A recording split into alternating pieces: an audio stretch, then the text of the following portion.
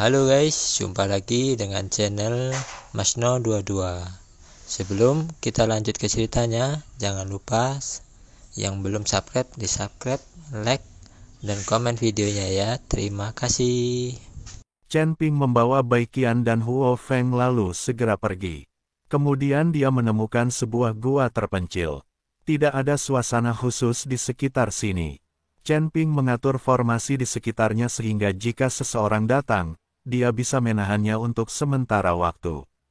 Setelah melakukan semuanya, Chen Ping mengeluarkan biji peri dari cincin penyimpanan. Aku punya milikku peri di sini. Kamu bisa menggunakan milikku peri untuk memulihkan keterampilanmu. Chen Ping berkata pada Bai Qian. Meskipun tambang peri pulih dengan cepat, penyembuhannya tidak secepat saat bersamamu. Bai Qian memandang Chen Ping dan berkata, Chen Ping tahu apa yang sedang terjadi begitu dia mendengarnya, jadi dia berkata kepada Huo Feng, pergi dan jaga di luar. Jika ada gerakan apapun, tolong segera beritahu saya. Saya tahu guru. Huo Feng mengangguk, lalu menatap Bai Qian dan berkata, Putri Rubah, harap santai saja sebentar, tuanku bukan satu-satunya wanita. Bai Qian tercengang, mungkinkah kamu juga? Tentu saja, aku sudah menjadi masternya sejak lama. Huo Feng berkata dengan bangga, oke, pergi dan jaga. Chen Ping meminta Huo Feng segera keluar. Setelah Huo Feng pergi, Bai Qian memandang Chen Ping dan berkata, berapa banyak wanita yang kamu miliki? Sepertinya ini tidak ada hubungannya denganmu, kan? Kita berdua baru saja membuat kesepakatan. Setelah Chen Ping selesai berbicara, dia benar-benar melangkah maju dan membantu Bai Qian menanggalkan pakaian dan melepas ikat pinggangnya. Gerakan Chen Ping sangat lembut, yang sangat membantu Bai Qian. Ini adalah pertama kalinya Chen Ping mengambil inisiatif. Segera, kedua orang itu terjerat dalam tambang peri.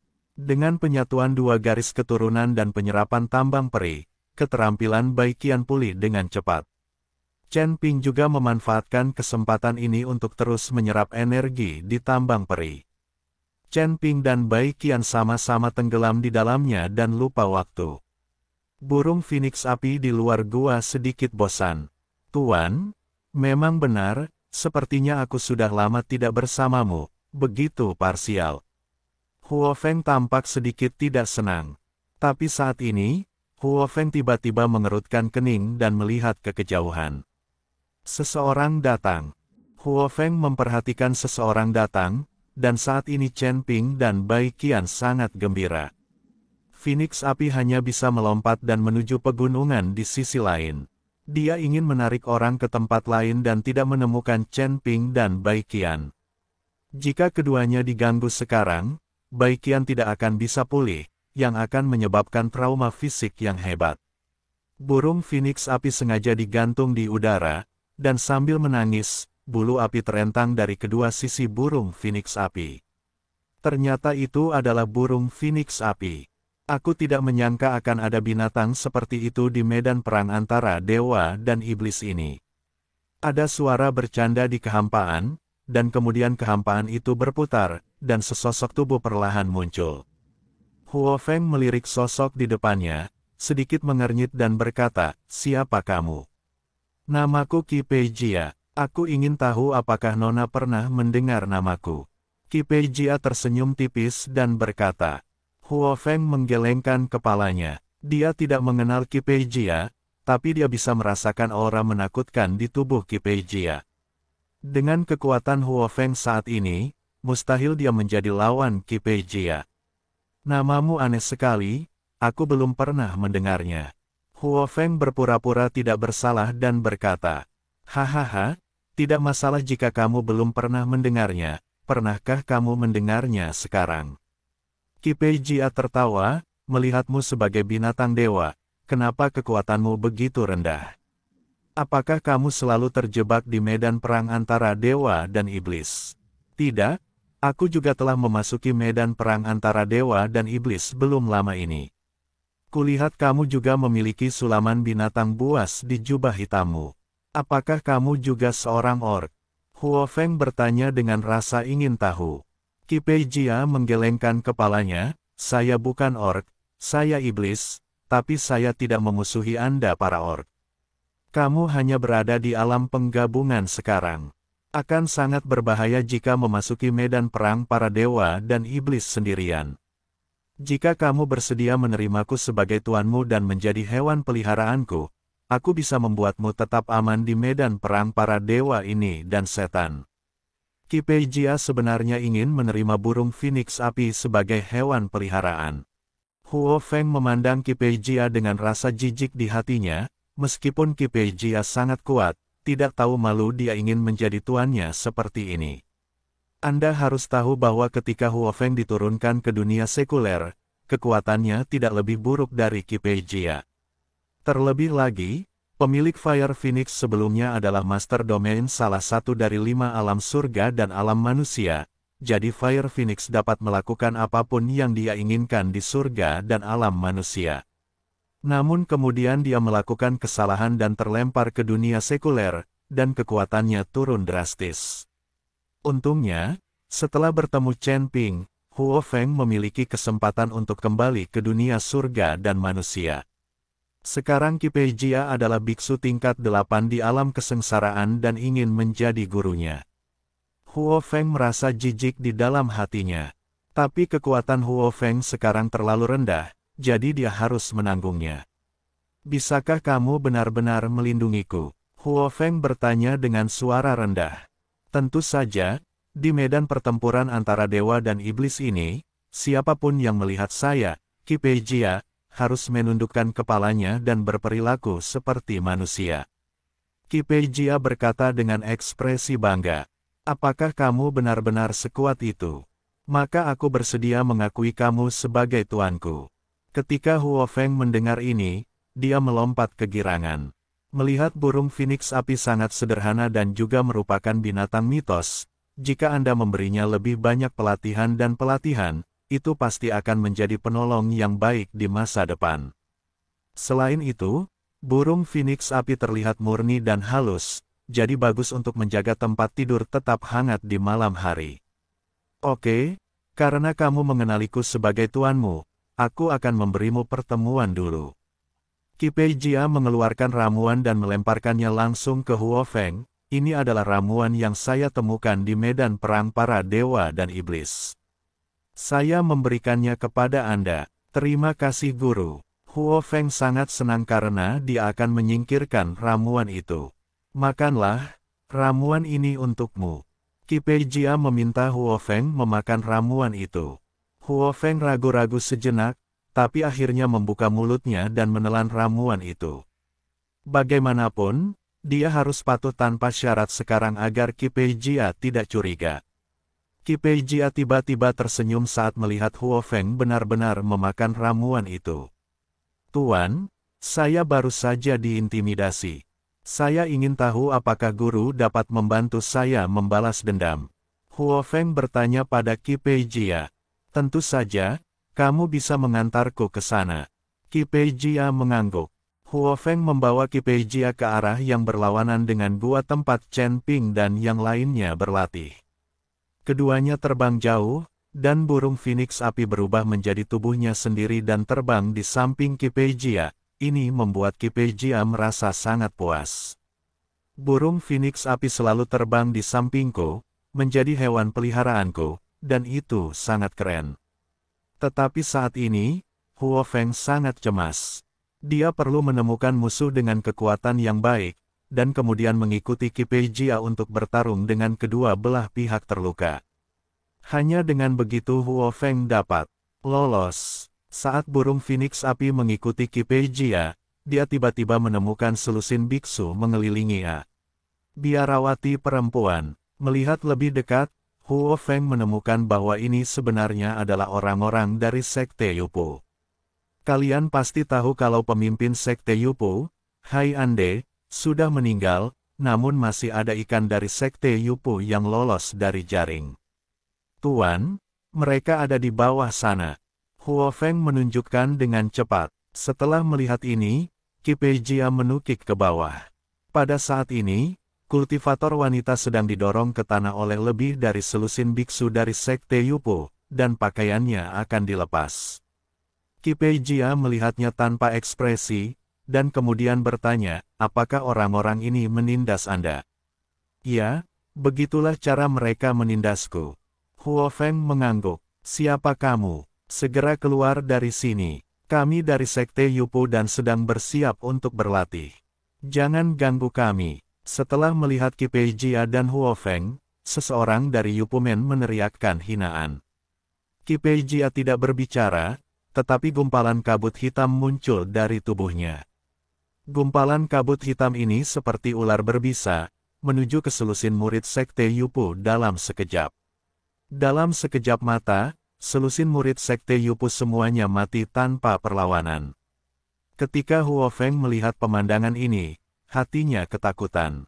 Jika Qi Peijia menemukan gua tempat Chen Ping dan Bai Qian bersembunyi dan menemukan ada tambang abadi di dalamnya, saya ingin tahu apakah dia akan mencoba merampoknya. Ketika Huo Feng melihat ini, dia diam-diam merasa takut. Untungnya, dia memancing Qi Peijia pergi, jika tidak, Chen Ping akan berada dalam bahaya. Siapa orang ini? Huo Feng terus terbang bersama Qi Peijia, tapi kali ini, Huo Feng berada dalam sedikit dilema, tidak tahu apa yang dia cari. Huo Feng masih belum tahu bahwa Qi Peijia sedang mencari Chen Ping saat ini dan ingin membunuh Chen Ping. Oke, balas dendammu sudah terbalas, sekarang ikuti aku untuk mencari orang lain. Kata Qi Peijia, siapa yang dicari tuannya? Huo Feng bertanya, temukan pria bernama Chen Ping. Kata Qi Peijia, Chen Ping. Huo Feng tercengang. Apakah kamu kenal dia? Qi Peijia melihat ekspresi Huo Feng dan mengerutkan kening. Tidak, saya tidak mengenalnya. Saya hanya ingin tahu, apa yang Tuan ingin lakukan dengan Chen Ping ini. Huo Feng bertanya dengan rasa ingin tahu. Bunuh dia. Ketika Qi Peijia berbicara tentang membunuh Chen Ping, dia tidak bisa menahan gemetar. Tampaknya Qi Peijia menjadi bersemangat saat berpikir untuk membunuh Chen Ping. Tuan, saya masih harus membalas dendam, bisakah Anda membantu saya? Saat ini, Huo Feng harus menunda Qi Peijia sebanyak mungkin, tetapi dia tidak bisa membiarkan Qi Peijia menemukan Chen Ping. Qi Peijia melirik ke arah Huo Feng, ayo pergi. Segera, Huo Feng dan Qi Peijia tiba di tambang peri. Saat ini, Raja Singa, Raja Macan Tutul, Raja Iblis berwajah 1000, dan Raja Keras semuanya ada di bawah sana, dan orang-orang ini masih mengobrak-abrik tas penyimpanan orang mati. Melihat orang-orang ini, Huo Feng langsung menjadi khawatir. Tuan, orang yang menindas saya ada di bawah sana. Ada tambang abadi di bawah sana, dan mereka mengambilnya. Huo Feng menunjukkan dengan cepat. Milikku yang abadi. Mata Qi Peijia berbinar, lalu dia mengikuti burung Phoenix api dan bergegas turun. Raja Singa dan yang lainnya juga memperhatikan Qi Peijia mengikuti Huo Feng, tetapi mereka tidak mengenali Huo Feng. Bagaimanapun, kekuatan aura Huo Feng saat ini terlalu rendah, dan Huo Feng yang mereka temui benar-benar berbeda. Jangan. Namun, aura alam kesengsaraan tingkat 8 di tubuh Qi Peijia lah yang membuat beberapa orang waspada. Qi Peijia melirik mayat-mayat di tanah, lalu melihat ke tas penyimpanan yang sedang digeledah oleh Lion King dan yang lainnya, dan mau tidak mau mendengus, semua yang ada di sini adalah milikku, kamu bisa keluar. Kata-kata Qi Peijia mengejutkan Raja Singa dan yang lainnya. Bagaimana Anda bisa mengatakan bahwa mereka juga merupakan tokoh terkemuka di suku binatang, dan mereka juga Raja Iblis di antara 3 penguasa dan 4 raja, dan sekarang mereka ditegur seperti ini oleh Qi Peijia. Kamu pikir kamu ini siapa? Beraninya kamu membicarakan kami seperti ini. Tahukah kamu siapa kami? Raja Singa mengaum. Apakah kamu mencari kematian? Raja Macan Tutul juga memiliki cahaya dingin di matanya. Raja Kera mengangkat kepalanya saat ini dan tiba-tiba melihat Huo Feng mengikuti Qi Peijia. Dia hendak berbicara, tetapi terhenti oleh tatapan Huo Feng. Rekan Tao, Benda-benda di medan perang antara dewa dan iblis adalah benda yang tidak memiliki pemilik. Bagaimana kamu bisa mengatakan itu milikmu? Dan selalu ada sistem siapa yang datang lebih dulu, kan? Raja Iblis berwajah seribu bertanya pada Kipejia dengan sopan. Dan saat Raja Iblis berwajah seribu berbicara, aura di tubuhnya terus meningkat, mencapai puncak alam kesengsaraan tingkat ke-7, mendekati alam kesengsaraan tingkat ke-8. Raja Singa, Raja Macan Tutul, dan Raja Kera juga memancarkan aura mereka dan menuju Kipejia. Kipejia sedikit terkejut, dia tidak menyangka orang-orang ini tidak lemah. Meskipun dia berada di alam kesengsaraan tingkat 8, jika dia harus menghadapi 4 orang ini pada saat yang sama, belum pasti siapa yang akan menang dan siapa yang kalah. Awalnya aku menemukan tempat ini lebih dulu, tapi karena kamu sudah menemukannya, aku akan memberikannya kepadamu. Kipejia tidak berencana memulai konflik dengan Lion King dan yang lainnya, dia ingin menghemat energinya untuk membunuh Chen Ping. Terima kasih banyak. Raja Iblis berwajah seribu menangkupkan tangannya dan menahan napas. Kipejia juga berbalik dan pergi, yang membuat Huo Feng sangat cemas. Tuan, maukah kamu membalaskan dendamku? Huo Feng bertanya dengan bingung. Kekuatan yang berlawanan juga sangat kuat, mari kita bicara tentang balas dendam. Kipejia berkata. Fire Feng melihat Kipejia takut, dan tiba-tiba melirik itu, sialan, kau sialan, Pei.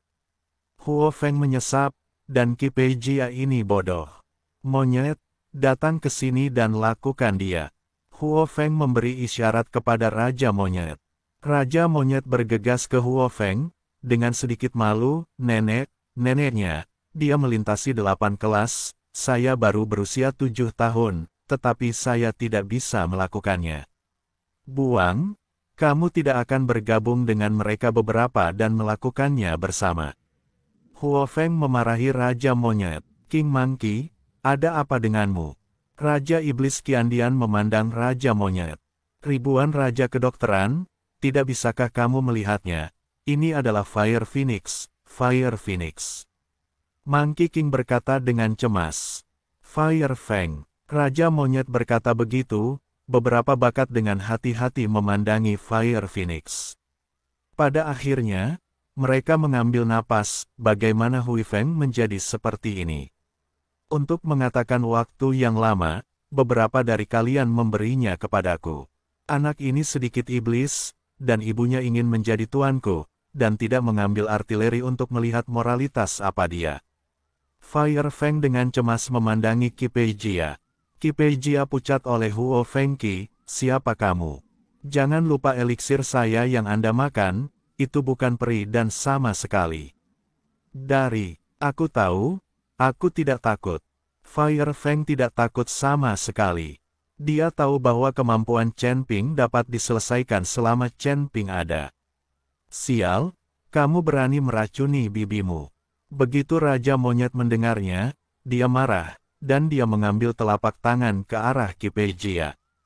Melihat ini, beberapa orang lain juga menembak satu demi satu. Mereka berempat melintasi 7 kelas. Ketika Kipejia melihat ini, dia berbalik dan berlari. Saya melihat Kipejia kabut hitam, dan kemudian seluruh orang memasuki kabut gelap. Dengan kekosongan gemetar, sosok Kipejia menghilang. Sial! Anak ini tahu sihir luar angkasa, kalau tidak aku pasti akan menghancurkannya. Raja Kera berteriak, lalu berjalan ke arah burung Phoenix api dengan wajah tersanjung dan berkata, Bibi, menurutmu bagaimana sikapku? Ya, sangat berharga kalau aku begitu baik padamu sebelumnya. Fire Phoenix menepuk bahu Raja Kera. Huo Feng, apa yang terjadi padamu?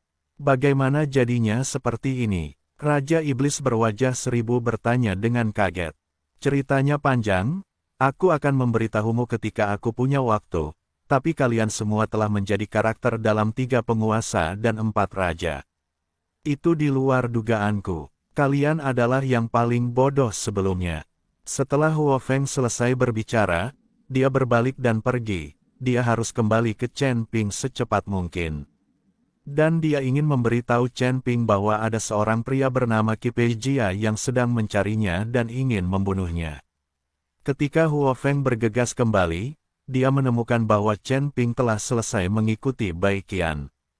Wajah Bai Qian memerah, dia jelas sangat puas.